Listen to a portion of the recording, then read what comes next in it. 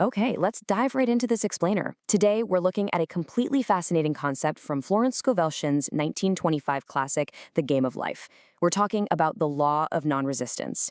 And seriously, if you're someone who feels like you are constantly just battling against the tide every single day, well, this is going to fundamentally shift how you operate. I want you to think about that one hurdle at work, or maybe a personal crisis that you are just absolutely exhausted from fighting. We all naturally assume life is a battle, right? We think, hey, if I just push harder, if I stress a little more and fight back with enough force, I'll finally win.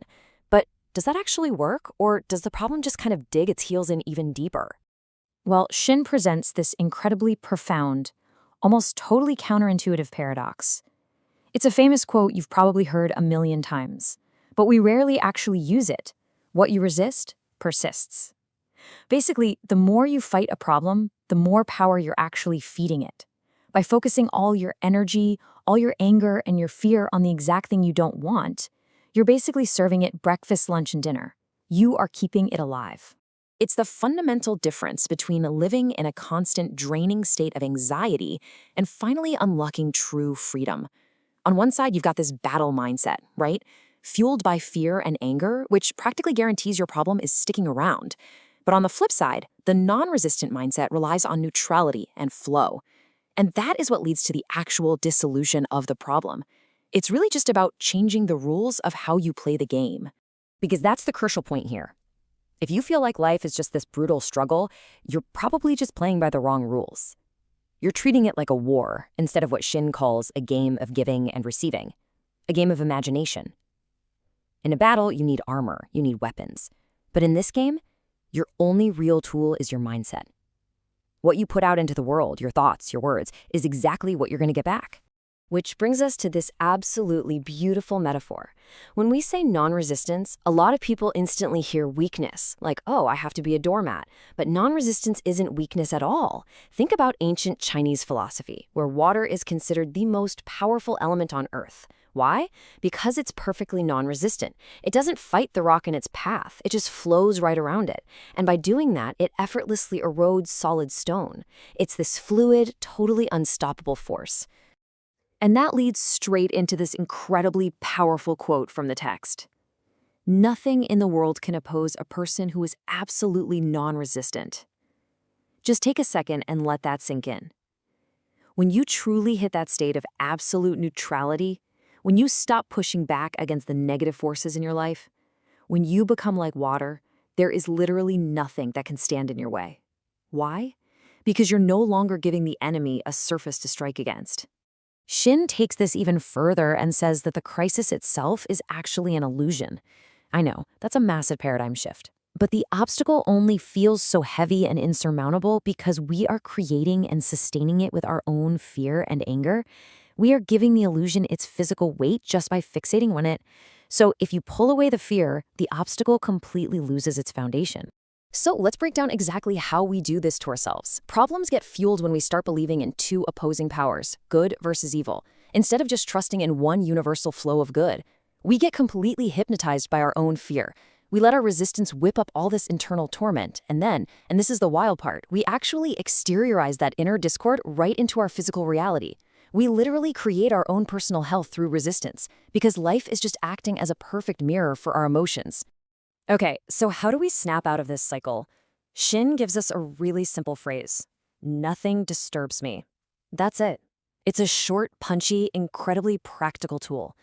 When you get hit with a crisis, or even just an irritating email or a rude comment, repeating "nothing disturbs me" lets you breathe, center yourself, and instantly neutralize the emotional reaction that gives the crisis its teeth. It puts you right back into that fluid, water-like state. Let's actually dive into the practical application here with a specific technique from the book. A metaphysician used this to completely turn around some bad luck, and they called it baptizing a negative event. Step 1, you recognize your resistance and your fear. Just acknowledge it. Step 2, you actively name that failure or crisis a success. You literally claim it as a good thing. And step 3, because you've just stripped away all the fear and anger, you simply sit back and watch the obstacle naturally dissolve. To see how this looks in real life, there's this great story in the text about a woman who desperately needed money. But she had to deal with this man whose entire vibe just exuded poverty and lack. Her resentment toward him was creating this massive mental block for her own success. But once she realized what she was doing, she stopped resisting. She actively blessed the man and the situation. And the result? She almost instantly received a large sum of money through a connection related to him. The crucial takeaway here is this: every man is a golden link in the chain of my good. You kind of have to train yourself to view every single person you interact with, even your absolute worst enemy or that highly annoying coworker, as a divine instrument placed in your life to help you succeed. They are there to teach you, to test your neutrality, or to inadvertently push you right toward your goals. This is exactly why Shinn advises, bless your enemy and you will take away their arrows. Think about it. If someone is firing hostility at you, fighting back just gives them a giant target. But if you bless them, if you just absolutely refuse to engage with their negative frequency, their arrows just drop harmlessly to the floor. You completely disarm them with goodwill, turning their hostile energy into your own personal blessings. There's another wild, real-world example of this in the book. A woman was frantically waiting for a super important phone call. She was incredibly tense, trying to force it to happen, refusing to let the phone line be used for anything else. And her frantic, resistant energy physically manifested as a literal broken phone line, total silence. When she finally realized her error, she surrendered control, blessed the situation as a success, and incredibly, a total stranger in a nearby shop noticed the broken line, fixed it, and her call came through immediately. So the overarching lesson here is stark and just undeniable. As long as you resist a situation, it remains. Remember, running away from a problem just makes it chase you. Fighting it, that just makes it stronger. But standing perfectly still in absolute neutrality, refusing to feed it your fear, forces it to disappear. It literally just runs out of fuel. And this builds right into the ultimate technique for burnout. Our conscious mind, our intellect, is actually pretty limited and super easily invaded by doubts, which is exactly why trying to logically fight our problems usually fails us. Shinn advises that we have to shift that heavy burden away from our stressed-out conscious mind and hand it over to our superconscious, which is this higher, totally unbothered state of awareness.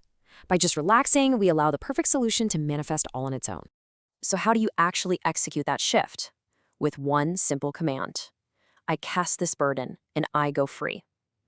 By saying this whenever you feel totally overwhelmed, you're consciously choosing to stop forcing solutions with your own exhausted willpower. You drop the heavy weight you've been lugging around, and you just let the natural, effortless flow of life step in and fix the issue for you. It really all boils down to this one directive: stop fighting your life.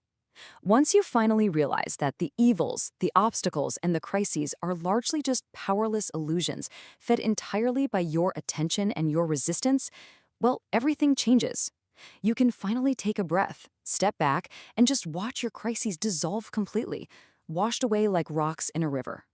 I'm going to leave you with this final thought to ponder as you jump back into your day. How much energy could you reclaim right now by simply refusing to fight? What miracles could unfold today if you stopped resisting your battles and actually blessed them instead?